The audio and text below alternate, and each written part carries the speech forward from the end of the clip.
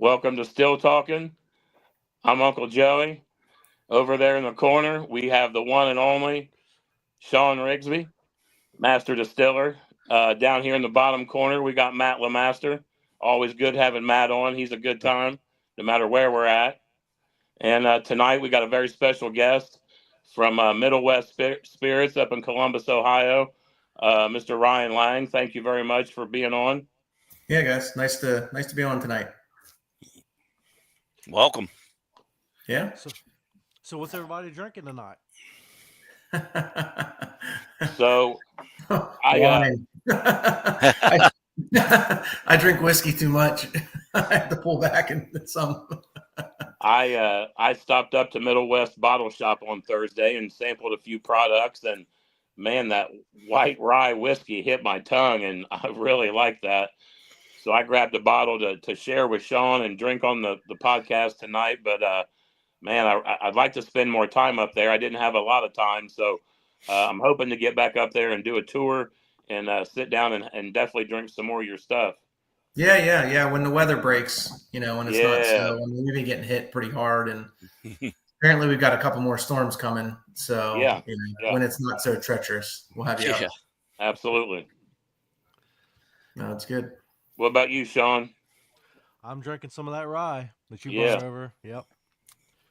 But Matt? Well, since you guys wouldn't share with me, I'm breaking out some of old Uncle Dum Dums. Okay. Matt lives too far to make the whole round to give everybody some of this rye. So you said you were drinking on some wine? Yeah, a little Brunello tonight. Yep. I flip flop. I partake in pretty much everything. So now, do you dabble in making any home wine at all, or no? Family does. Nice. Family does quite a bit. Yeah, our family has done a lot of that in the years. So still happens every once in a blue moon at home, but nothing like this. This is from Italy. So where my family's from. So that's awesome. Yeah. Man, so tell us about you. How you guys started. And all that.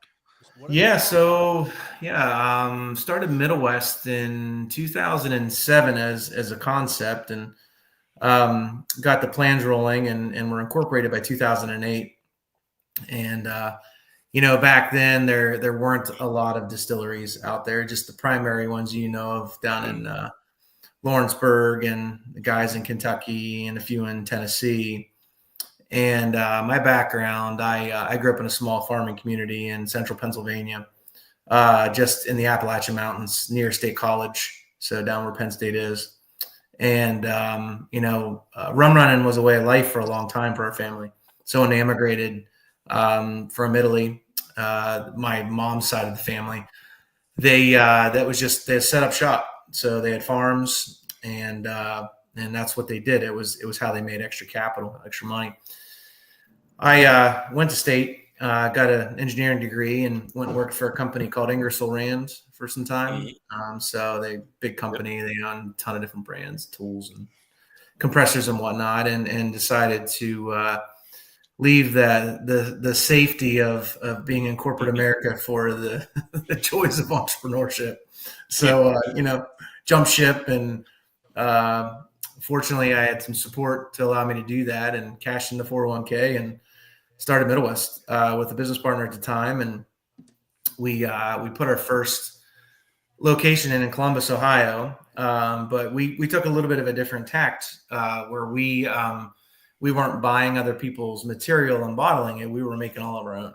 So from scratch, even vodka. So a little bit of a different path forward than most. It's a little bit of a longer path because you have to wait so long to get your money back. But, we started with a small still. It was like 210 gallons, a couple columns that were attached to it. Small. Our first fermenters were 1,000 liters, a little over 1,000 liters. And then over time, we just kept increasing capacity, because realizing if you're going to make it all on your own, you need some serious equipment. Mm-hmm. First facility was about 3,000 square feet. And by 2011, we were in about 10,000. by 2012, we realized that wasn't going to cut it for what we needed for the long term, because we wanted to lay up stuff for 10, 15 years, and we had to get serious. And if we were going to get serious, we had to really dive in financially. We had to really dive in engineering wise. We had to really dive in from an aspect of getting, our chops up on the distillation side and focusing on things that we wanted to really showcase, which was the grain of the Ohio River Valley, because of, we have access to pretty amazing stuff here, and started working with a lot of farmers at the time, and that has grown a lot. We're managing, or at least contract managing direct, over 25,000 acres of grain in Ohio right now. So It grew a lot. Yeah. Our first plant had that 200 plus gallon still. We went to a continuous. So we were one of the first guys to jump into the new continuous tech, which is technically not new continuous. It's just a tech that's been around for a long time. But I think New Riff and us jumped into the 24s. And then it started growing after that. And we started working with other distilleries. So we started helping other guys with their brands, because we recognized the difficulties we had growing up. And we were just, we were applying what we knew to others and tried to help them out. And we grew a couple brands. Some of them exited their businesses wonderfully over the years. Happy for them. We still work with a lot of guys too, still to this day. And then 2017, 2018, we knew we were going to run out of capacity again.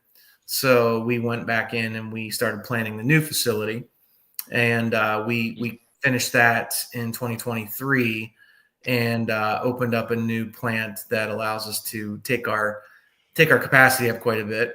And it's a new site. So we've got 2 plants right now, plenty of warehouses, obviously, for barrel storage. Got bottling and packaging centers, a couple hospitalities. We got a service bar, which is our restaurant on one of our facilities. And we'll be adding in some more hospitality in the next couple of years here. Just keep growing, just keep running and building the business and allowing the whiskeys to get older and older and older, and very excited for what they're doing and where they're going. So it's been a lot of years. So I stopped up to the bottle shop, and there was equipment and stills and stuff right there on site there. What goes on in that facility right there? Yeah, so that facility produces our small batch whiskeys. So everything from small batch style bourbons to rye to wheat whiskeys to single malts. Also does our bases for our vodka, and our gin production goes on there. Brandy production goes on there. We've done rum production there. So it's kind of a jack of all. We have 4 stills in that facility, and they're all interconnected. So we can flip a ball valve and a switch, and we can reroute alcohol all through the plant to touch another still, to fire it up, and it's all computer controlled. So we can actually get a repeatable process and make just about anything there. We can run anything from, the high 90s, high 80s in proof, all the way up to 192 in that plant. So that's what goes on there. And we have the service bar there as well. So that's where the restaurant is. Yeah, that was a really cool spot. When I looked in the back, I saw a couple of nice columns. Yeah, you could definitely. I was like, well, yeah, they definitely are putting some proof out of those. Yeah, that's the 24, and then the new facilities have the 60 inch columns. So we've got some bigger stuff over there running. So. Wow. Yeah, they do tours on Fridays and Saturdays. We maybe, if we can, as a group, I'd love to go over there and check out the new facility. The gentleman I talked to at the bottle shop plant, the one guy kind of let me peek in the back. He said he was fairly new there. He said, man, you think this is cool? He said, you need to go to the other facility. He said, it's pretty amazing. He said, it's really neat over there. So it's something that I really want to go see. Yeah. If you want to coordinate coming in, let me know. I know we've been emailing. Yeah. But when the weather breaks, if you guys want to come in and see the spot, it's very much industrial. So it looks pretty, but it just cranks the alcohol. So it's good for us for our long term, for what we're trying to accomplish. Our whiskeys, we're going to be pushing 6 years here permanently as a base, and then we're going to grow from there. on our products over time. So, it's labor of love, let me tell you. So it takes a long time to do this. But yeah, it's been great. So what are your aged bourbons that you have, as far as like the longest age you have, and what's your? Yeah. So we've got the Mike Lone Reserve bourbon, which is our flagship. It was actually named after my grandfather, who taught me how to distill and showed me where his equipment was so I could go tear it out of the ground, which I did, which is pretty cool. He never, I can't legally say I ever used it, right? But so there goes my next question. Do you still have that? We'll just say no. Nope. But yeah, so what was the question? I'm sorry. Oh, the Bay Bourbons. So we named it after him, and we're going to be pushing that to 6 here soon permanently. But we have the 95 proof Mike Lone bourbon. It's a 4-grain wheated, so it's one of the first 4-grain wheated bourbons in North America. It's 63% corn, 19% wheat, 13% rye, and the remaining balance is barley for the conversion. And it's a wheater, but it's got a little spice to it because of the rye, because of the dark rye we use. And it is also available now in permanent cask strength across the United States. So we were just at 95. Now it's permanent cask strength. We then take that product and we also put it into sherry finish cask for 2 years. And as soon as we release that, it's gone. So we release it and it goes to distribution and it's gone. And the next batch drops here in March. So the next batch drops here real soon. That's special. That's part of our double cask collection. So that's our primary bourbon lineup. We do have some other things we're playing with on the bourbon side that'll come out down the road that are more rye focused. We then have our rye whiskeys. So we have our rye, which is 80% rye, dark rye, 10% corn, 5% wheat, 5% barley. That is, again, same age profile, and that's actually aging out a little bit more. We're hoping to get that to 8. Like rye at 8, it really does really well there. Again, cask strength on that too. So we have it out at 96. We don't do anything in the 80s. We try not to. We're 90 and above if we can.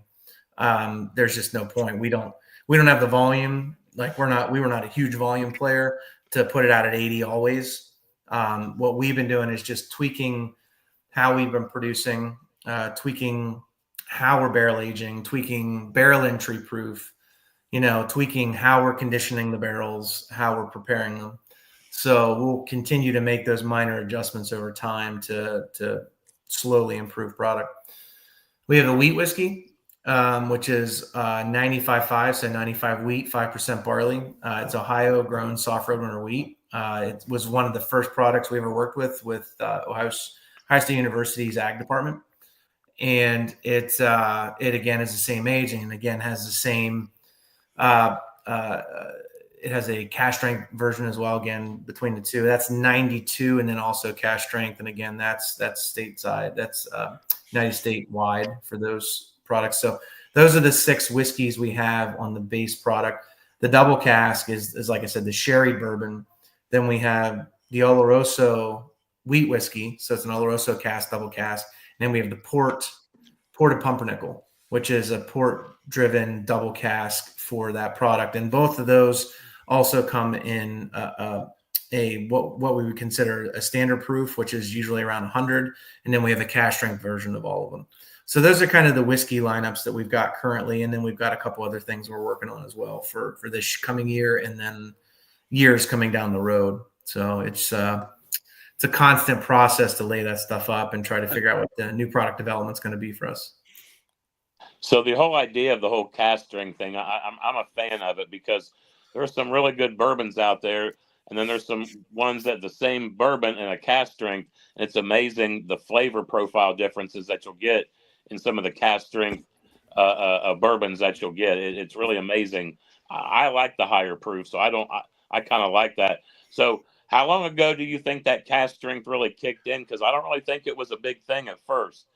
I would say, I mean, it was unicorn one-offs here and there in the last, I would say, go back about 8 years, where it was like, wow. And you'd see them here and there. And now I think you're seeing a lot more prevalence in cast strength options, single barrel options, and double casking, triple casking options. It's similar to what I would say Scotland did a long time ago. And it's just now catching up to the American bourbon and whiskey categories. I'd say the last 15 years, it's really taken off. But before that, you really didn't have it. It was, pretty standard with stuff and 80 proof. And you get, I mean, I wonder when, I'd have to look this up, but when did Wild Turkey go 101 off of 81? Right. It wasn't that long ago. So, but they made their adjustment and others have. So I know Knob's been doing a ton of stuff, cast strengths and different years. So you keep seeing the different years on the bottles. So there's a lot of flexibility. It's a lot of SKU development too. So rather than having one SKU per type, you can turn that one SKU into half a dozen with doing those offerings. And it does change the product. So pallets are different. Right. And it forces the way that you barrel age and finish to adjust. Michter's is down in the low 100s on their barrel entry proof, right? And others are in the 110 to 109 range, and that has a lot to do with the water inclusions. The mass scale producers, the ones that can really crank out volume, they're maximizing their efficiencies by putting it in the barrel at top end at 125. But then when they're cutting it down, they're adding a ton of water to that product. So you've seen over the last 20 years, people make a lot of adjustments on that. And we continue to do the same thing as well. That's just the innovation in the category. And it's really good for consumers because your offers are, they're growing out there. So, and if you like cast strength and you get used to it, because sometimes it does take getting used to, the nuances at that cast strength are crazy. Everybody wants to drop a water too, and I normally don't. I go right at it. I am like, okay, let's see what this guy's trying to show me. I'm the same way. Yeah, I like. Yeah. There's some that they say, and I go right at it. I mean, you got to find out what it's all about to really get the full feel of the bottle. And then maybe if you'd like to cut it a little bit, maybe then add a little bit of water. But I'm with you. Go full go into it. Well, that's the brilliance of the distiller or the blender, right? It's what they're trying to show you. And, I always try it at first. I'll open it up a little bit sometimes, but normally I don't. So, so that's what we do. We like to put stuff out. We like people to try, and, we're doing it at 92 proof or 96 proof or 104 or 122 for a reason. So give it a shot. And if your palate wants to not be too high octane, you can always put a little ice in it. So I saw Gordon Schneiderman had a question. Do you make brandies? Did I hear you say? We have. They're still sitting in barrel. Apple brandy. They're getting old. Yes. Mm-hmm. Yeah, getting nice and old. So we don't want to put anything out in 1 or 2 year, 3 year. So why not let it roll? So it's not like it's a huge volume thing for us. The good news is Ohio does a ton of apples, so it's readily available. There are a lot of fruits that are available here that we can work with. So yeah, we've played around with a lot of that stuff. Long term, we'll see where we end up. We're still heavy in the whiskey side. The distilleries are set up for that. That's where the mass volume is, but we're also set up for other stuff like vodkas and gins and things like that. And we enjoy playing around with the brandies. It throws a ton of different nuances into distillation and fermentation. So it's very cool to get into that. Yeah, I'm sure you guys could. Our other counterpart, Big Easy, he's a big brandy guy. I'm sure you could have lots of conversations with him on that subject. Another topic. I don't know if you have been introduced to Dan Gray at all. He runs the Farm to Bottle Festival down in Wilmington, Ohio. If you've never been to it or heard about it, it'd be something really neat for you just to attend if you can, just to see what's been going on in the world of the home distillers. And it's got some big distillers there too as well. But it's a real neat festival that Dan's got going on down there. Okay. Yeah, send me a link to it. I'd love to go. Is it in the summer normally? You guys know the dates of that? I can't remember. September something. Okay, fall. Yep. Yeah. Yeah. I know it was hot. Toasty, Both toasty and years. drinking foolproof. Yeah, Yeah. but there's a lot of Yeah. legal distillery, moonshine distilleries, and then like Jeff the Creed was there. That's that it's a neat thing, man. Yep. I think it's something that's going to grow and continue to get bigger, and I think it's going to be a really neat thing. 5-6 years down the road, it's going to be really really big. I think. That's great. Oh, yeah. We don't do a whole lot of them in Ohio, so so the more the merrier if we can. Yeah. So let's talk about what all you make there. I tried. I'm more of a dark liquor guy. I mean, I like the clear rye, but I tried two of the cast drinks there, and they were amazing. Whatever you can get right there on site, they were delicious. They had really good flavor. Thank you. Thank you. Yeah, they're coming along quite nice. They're aging out really well. It's amazing what an additional year in a barrel does if you're conditioned well. So over time, they've been really, really migrating to where we want them to be. We also do a ton of vodkas. So we do our base material is all made in house. So we mash, ferment, and distill it all from Ohio grain, and then we do honey and vanilla bean infused product. We do a bourbon barrel aged version of that, and then we do something called stone fruit, which is a real interesting product to produce because it's got a ton of real stone fruit in it. So peaches, apricots, Montessori sour cherries, anything with a pit. That's why we call it a stone fruit. And it drinks more like a port, to be honest. It's so thick. It's got so much going on, but it is technically a vodka. And then we've got our gins. So we've got Vim and Pedal, Lux and Umbra gin. And then we've got a ton of little small stuff in the retail. And then we produce for a bunch of other guys that have a ton of stuff in market as well. So it spans a gambit. We've dabbled in rums, like I said. We've done a ton of other things too. So, do you do any? I thought you contract us still up there as well. Do you make some stuff for? Awesome. That is awesome. We've been doing that for I don't know, 13 years, something like that. 12 years. So we've been helping some other guys out get their brands off the ground. We do everything from concept all the way to packaging. Sometimes guys will come with us and they're just like, no, here, make this. And we do that. But more often than not, we're helping people with brands and seeing them and going through the trials and tribulations because it's a very tough category. While it's massive and expansive and growing, although this past year and a half has been a little challenging with some resets going on, it still grows. It's a very big category, but it's controlled by a lot of guys at the top. So getting distributor work, getting space on shelf, it's a slug, and you have to swing pretty hard constantly. You can't let off ever. So over the years, we've been able to help some guys with that, and have watched them grow, and it's been pretty amazing to see where some of them go. And then when the likes of the bigs come and talk to them, it's something else. So, well, it's kind of crazy because we've got a good friend of ours down in Bainbridge, Ohio, Chris Lewis.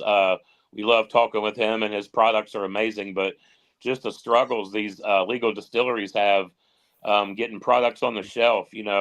These the moonshine guys, there are only so many stores, and then they can only put so many products on the shelf, and then they're limited. And it's a real struggle for some of these small businesses. So, I'm sure you've seen it, from the beginning at your end as well. But it's just, we talk to these guys, and they talk. Another friend of ours, John Bentz, all the paperwork and the hoops you got to jump through. There's a lot going on to get these places up and rolling, man. It's wild. Yeah, profitability in a distillery is scale. And unfortunately, that's just a fact because there's only so much that you get to make on a bottle because of the controlled nature of the category and the taxes you pay. And then on top of that, you've got distributors or brokers that have to take some of that. If you decide to go that route, there's state-controlled systems that have their margin. There's retailers that have their margin. So the supply chain in a 3-tier to get to an end user is difficult. I think over the last, since COVID really hit, the model thought process around DTC, something that wine and beer have been doing for a long time, has been finally a thought in the category. And it started to gain some pretty good traction.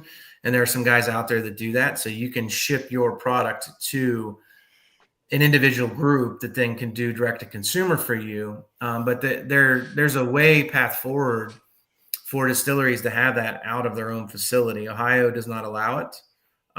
Kentucky does now. That just changed, I think, 2024, if I'm not mistaken. But being able to go direct to consumer, I think it could be a saving grace for the small guys, because you retain all that margin because you're doing the shipping, you're doing the management, you're retaining that. And similar to wine and beer, I hope that becomes a reality for the smaller producers in the next 5 years or less.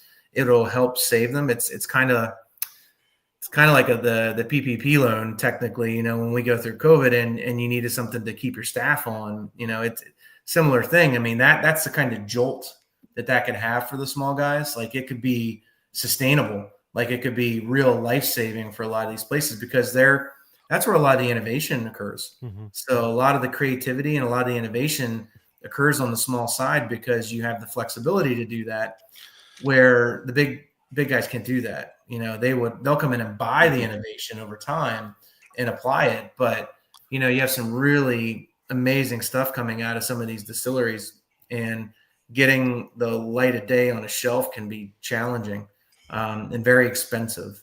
So, I think everybody tries to figure out how best to work with a 3-tier, but that's just the system we're in right now. And hopefully in the next, short amount of time, we can get a permanent DTC option state by state, so that distilleries can just send directly to, like, wine groups do wine clubs and things like that. Like, being able to have somebody go through your site, order it, and you ship it to them and you retain that, as opposed to, chipping off 60%, 65% of your margin to go to somebody else. That would be great.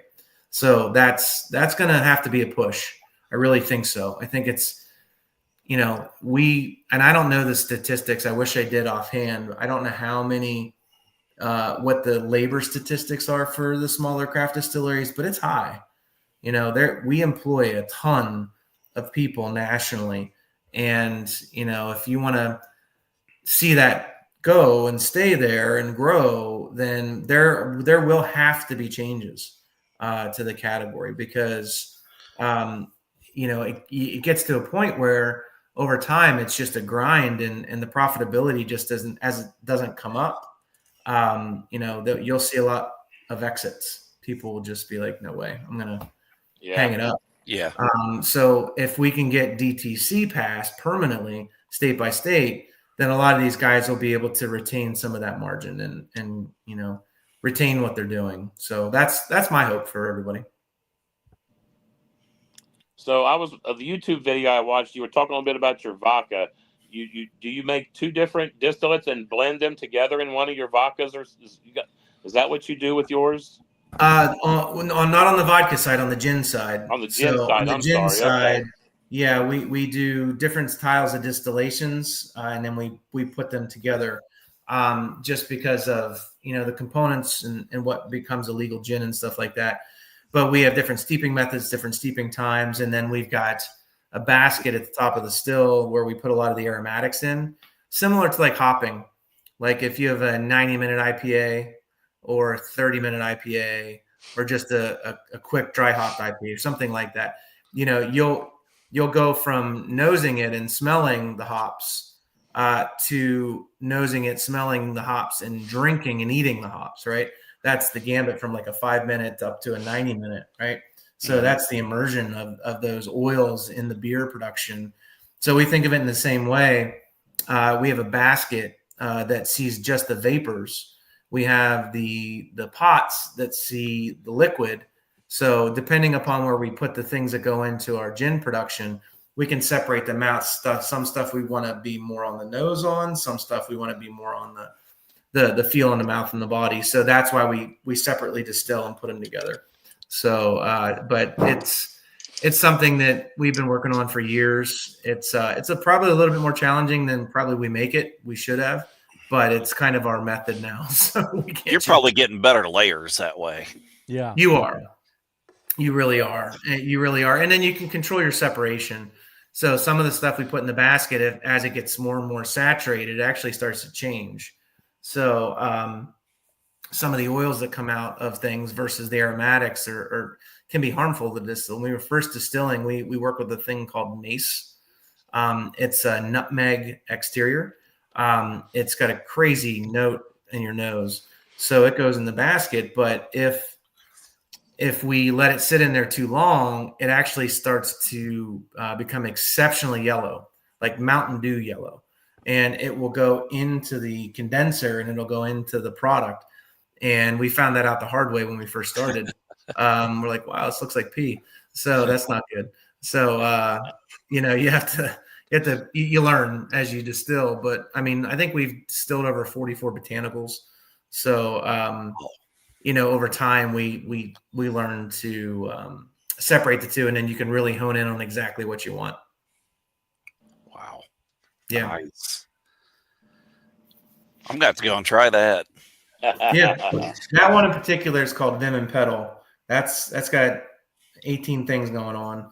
We also have the Lux Number, which is a dry gin. So a traditional London dry, similar to like what a Bombay would be. But it's a little bit more lemon forward because the coriander we have a high concentration of coriander in that wash. So instead of using a lemon peel or a certain type of leaf for a lemon tone, we actually increase the coriander, which does the same thing.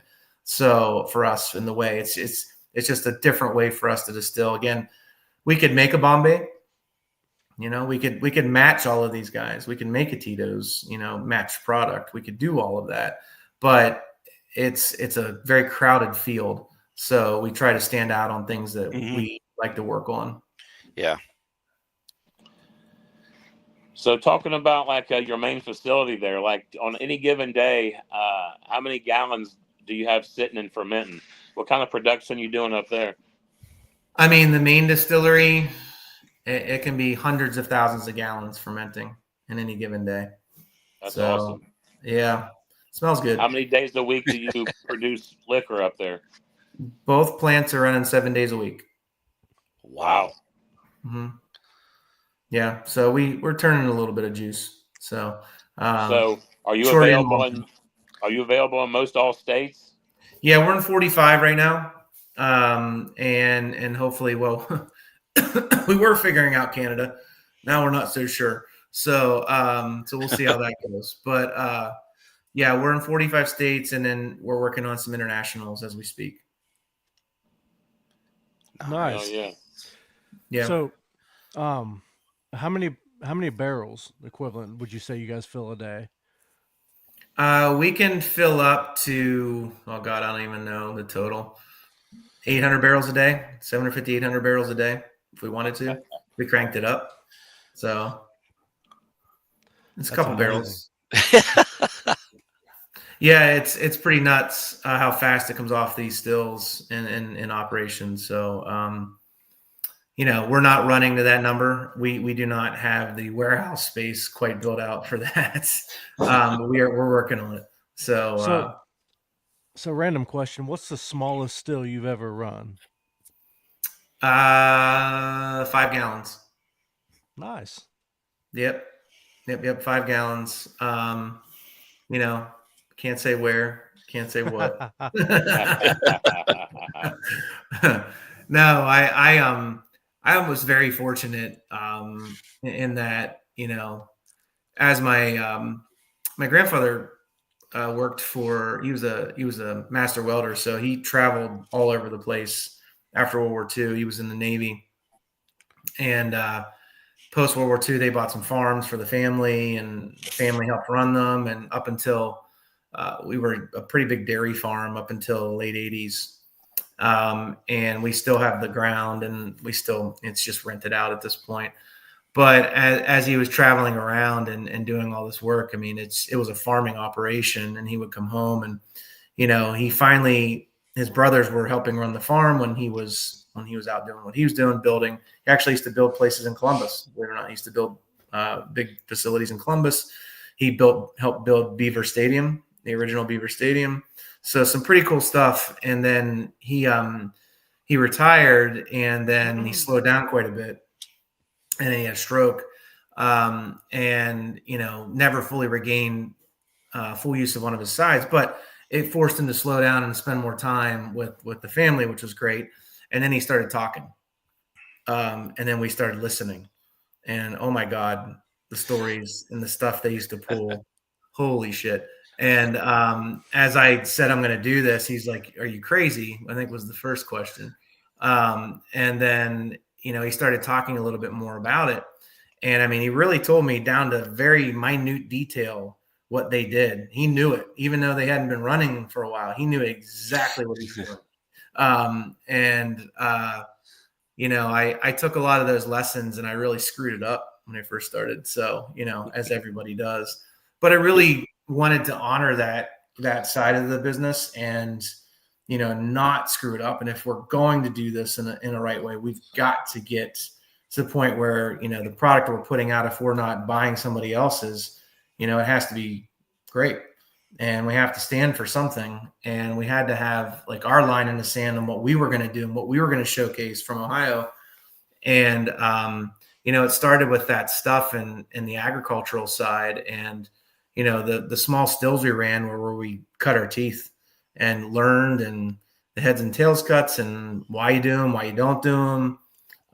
There's a lot of philosophies around that. We learned a lot from European distillers initially. So they were the guys selling the equipment back then. Vendome wasn't quite yet jumping into the craft category, I'd say, when we started, although they obviously have picked up steam. So the tech and the education were a little bit more European based. But then as we started to develop our chops, we ended up picking up some mentors that built big plants, ran big plants in the United States for decades, and just carried on that education from those small days. And we're still learning. We're constantly trying to educate ourselves. We're constantly working on new seed development stuff, because again, we control the seeds that go into the ground. We don't broker, we actually manage. So we're controlling what we're planting, how we're planting, when we're harvesting, what we're dealing with. So we're pretty hands-on on that side, and it's just grown. It's been a great journey. I wish it would be easier, but those are the things you run through. So is there a greater advantage being you're basically farm to distillery style? You all grow in one. You're doing the whole thing. Farm to bottle. Yeah, That's farm right. to bottle. Yeah, Yeah. you're exactly what that festival talks about. You are exactly that. So, do you experiment much with your grains? I mean, you have anything experimental growing that you want to talk about, or anything you plan on trying, or? Well, no, we've kind of honed in on what we like from our four main grains over time. What we look for is the sunsetting of the grain. So, as you may or may not know, grains sunset on their capability to reproduce. So grains are planted to create seed. The seed then goes to the farmer the following season to plant the grain. And sometimes they go through something called identity preserve in Ohio, where you have an additional season on that. So it can take up to 3 seasons for something to get into the ground to grow up. A lot of the seed development that's out there, specifically with us, because we're all non-GMO, open pollinated, we don't use GMOs, is that we have to cross pollinate, and they cross pollinate the seeds to make sure that their yields are high enough to where we're hitting 220, 250 bushel per acre on corn on an open pollinated non-GMO corn 1 year. And if it starts to decline, and you're getting down into 180, 150, 120, if it goes backwards, which they do, you have to be ready with the next germplasm that's going in to the ground. So we have a group of guys, and one in particular that has helped for years to do this. And we just learned through education and working with OSU for early on that we had to be prepared for that. And now we've done that, and we do have different iterations. We're getting ready to go through another corn transition next year. So it's a descendant of where we started, but it keeps multiplying. About every 6-7 years, we're getting ready for the next set. And if you don't do that, you will see your yields drop. You'll see your yields go down. You see your production go down. You see your costs rise. But if you want to maintain your flavor profile, which we have very specific things that we want in our corn, very specific things we want in our soil, then you have to do that. So we've switched products routinely over the years. And it's not like we change a wheat to a different wheat. It's all soft red winter, but the varieties change. It's a yellow dent too, but the seed serial number has modified over time and what we're planning and what we're managing. And we also have worked in the barley space too for malt as well. So, you learn a lot on that as well, because that is a whole other ball of wax, because prior to Prohibition, Ohio did a lot of barley because of the rivers. You would be able to grow it, put it on a barge, send it to St. Louis, right down where the Budweiser was and a lot of these other bigger breweries. So Ohio grew a tremendous amount of barley. It went away during Prohibition and went northwest and up into Canada. Doesn't mean we can't grow it here. Climate hasn't shifted that much, maybe a degree. So it's not really that per se. It's just the institutional knowledge moved on. So the agronomy, to make sure that stuff can be grown right, you have to re-educate yourself on all that stuff. And we've got people that have been doing that. So we're just the recipient of the work as it goes through, and it's our job to make sure we stay on top of it as much as possible. So that's awesome.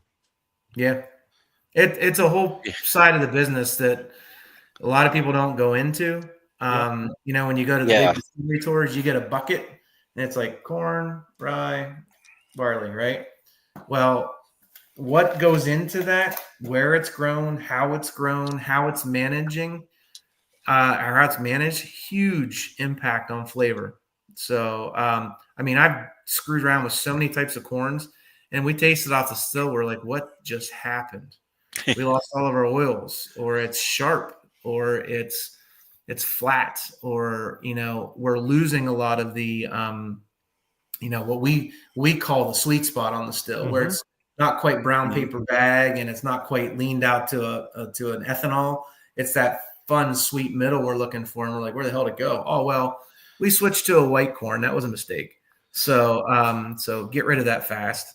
So it's, through trial and error. It's not, all this has been trial and error. It's try and sip and taste. And some of the things that we've been working on are taking years to hit market, right? So we've done barrel adjustments, and we don't see any decision-making for up to 2 years on some of those changes. So yeah, it's a long game. It's a very long game. That'd be hard. Yeah. That'd be real hard. Yeah, and we've gotten some of it wrong. So we know we've gotten it wrong. So so we flipped back, or we made another adjustment. So how far do you guys go into yeast? Like, do you use one yeast strain for everything across the board, or do you kind of have specific things for specific liquids? Very specific. Yeah, very specific yeast strains for what we produce. There's not one across the board. Yeast are obviously very large component to the flavoring profile. They're a very large component to your conversion. Somebody asked a second ago about sugar conversions and things like that. I didn't see the question fully, but do you know that one? Do you do any inverting of your sugars? We convert our sugars through saccharification and liquefaction. So we do traditional methods. So we'll use barley, and then we'll use enzymes. So we use alpha amylase, beta glucanase, and beta, which is, we need to make sure that we're maximizing our conversion. But yeah, just the yeast are just ridiculously critical to what you're going to produce long term, and the flavors come right out of the fermenter.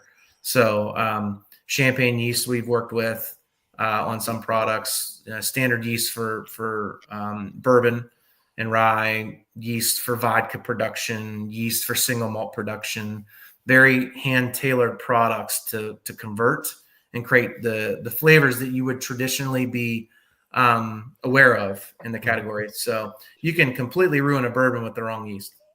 So now do you develop your own yeast, or is that? We work with one of the big guys to do that. So Farm Solutions, maybe? What's that? Is it Farm Solutions? No, we don't work with Pat and Shane. We have had some of their stuff in the past. We've worked for a long time with Lullemond. They've been a partner since day one with us. So you're talking 2008.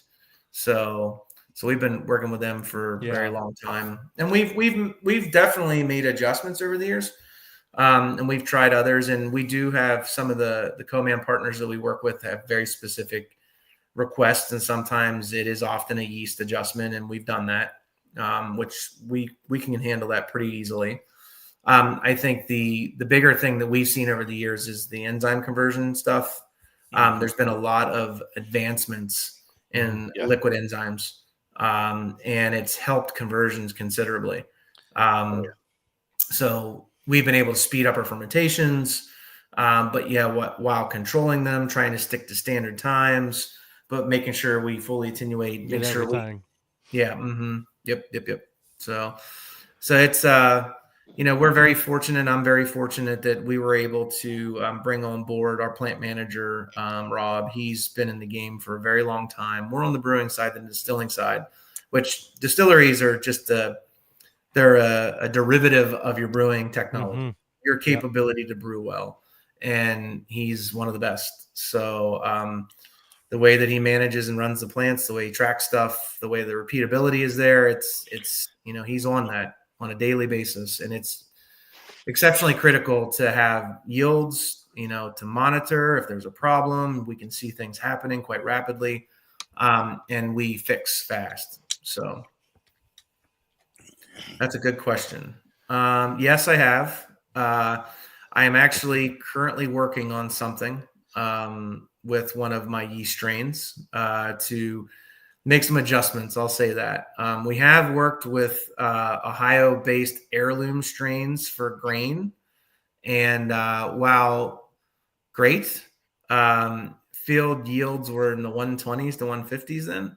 So cost structures are bad. And because at the end of the day, you still have to manage your money. And the flavors weren't quite what we liked. So we preferred the newer stuff that had been growing because it's been perfected over the years from the heirlooms. So it doesn't mean we still don't mess with heirlooms. We still do. Red corn, we've messed white corn, we distilled green corn. So we've worked with a lot of stuff. I think the one we were working on last year, what didn't come to fruition, we were working on a pretty big project for blue corn, which would have been awesome. Believe it or not, it doesn't do well in Ohio. It does really well in New Mexico. Really? So we ended up not doing that. But yeah, we're going to be making some adjustments to our yeast, which is what somebody was asking. So. Nice. So where exactly are you guys located at up there in Columbus? The first distillery is in an area called the Short North. It's kind of downtown. It's south of Ohio State's campus. Before you get to the main downtown area or close to what we call Arena, it's kind of the shopping district. It's an art district. It's a restaurant district. We're just at the north end of that, at 5th and High, roughly. Okay. And that was our first distillery. It was our second. It was our third, and it was our fourth, all within one roof. And by the time we got to the fourth one, we went up 5 floors. So we took the top of the building up, and we had to build a building on the building to house the new equipment. And so that is still there. That is where Service Bar is. Our other distillery, the new one, is down at Allen Creek. It's downtown as well. It's on the east side of town. Hold on. It's a bigger area. We ended up picking up a lot more ground. We ended up picking up about 14 acres down there where we have a lot of developments going on. Our warehouse storage is on the outside of town. Obviously, we're not going to put warehouses in Columbus. So we've been adding space on the outside of town for storage. Our packaging is also at Alum. Our main office is at Alum. So we'll continue over the next couple of years to develop that property out. We cannot develop Cortland anymore, the Fifth Avenue property in the short north. It's completely landlocked. So there's not much more we can do there. That's the bottle shop where I was just at Thursday. That's right. Man, it looks like you got a lot of stuff shoved in that place, man. It's a really neat looking facility, but there's a lot going on there, it looks like. Yeah, it is literally a submarine. Like, it's very powerful, very high production, but a lot of stuff stuffed in a tin can. So, yeah, more or less. But I mean, that's the way to deal with back then. And, we're, independently owned. So I'll just say that. So you got to make do with what you got. Absolutely. Hey, you got to do what you got to do sometimes. That's right. Well, I'm excited to get to the new facility. The bottle shop and the little the stills and stuff you had there were pretty cool looking. So if we can't get up there, maybe we can hopefully all get up there together and come check you out. Oh, yeah. Yep. Yeah, I'm excited to go. Yeah. Yeah, let me know when. Yeah, if you guys want to, stop up and just stay communicating with me via email, and we'll get a time. Absolutely. We can obviously end at Cortland. So if you came up to Alum in the afternoon, we could tour Alum and maybe go see some of the warehousing, and then we could head over to Cortland. You can see the original distillery, and then there's obviously you can stick around for dinner there at Service Bar. So Nice. That sounds like a day right there. mm-hmm. There's Absolutely. food involved. I'm in. Yeah, and I'm sure there is food and whiskey. So we'll gain Go our wrong other there. lost member. Yeah, we'll gain our other lost member for that one, I bet. oh yeah, you'll have a couple extra people hang out. Leave him at home. Yeah. If he can't join the interview, he can't join the trip. It's your free Good deal. ticket. Yeah. Well- Yeah. well, You got any more questions? No. Well, Ryan, we really appreciate you joining us. It's been a pleasure. It really has been. Yeah. No, appreciate it, guys. It's nice to meet you.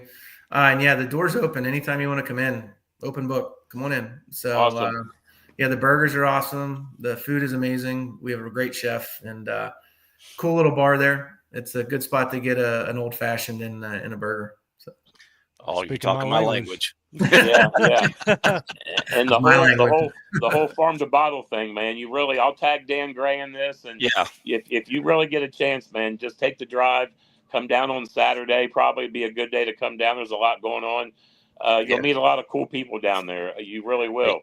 And, You'll and if you can set up, but they do tastings.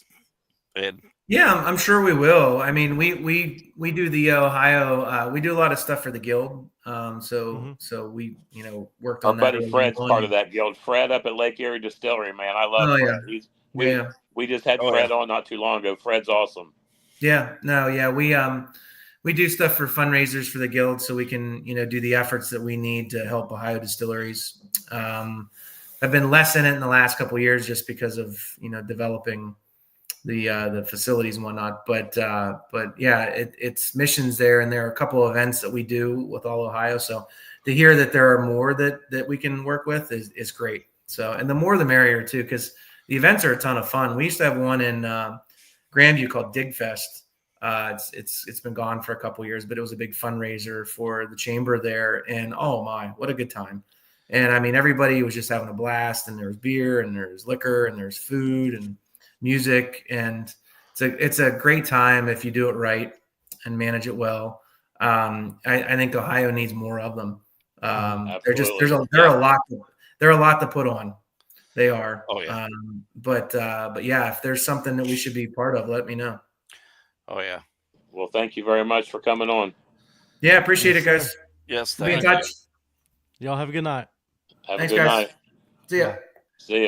you. See ya. Next week, we will have Justin Meredith, recent Master Distiller winner. Cool. And then the following night, he's going to be on American Whiskey. Shit. Like There ain't gonna be stabs, is there? So you guys know the following week, it will be Still Talking's 100th episode. I think Big Easy and Sean and Matt and myself, I think they want to do shit show style, I do believe. Have anybody come join us? I thought I heard Easy say. Oh, we're still alive. I don't know. Yeah, I'm cool with that. Y'all have a good night.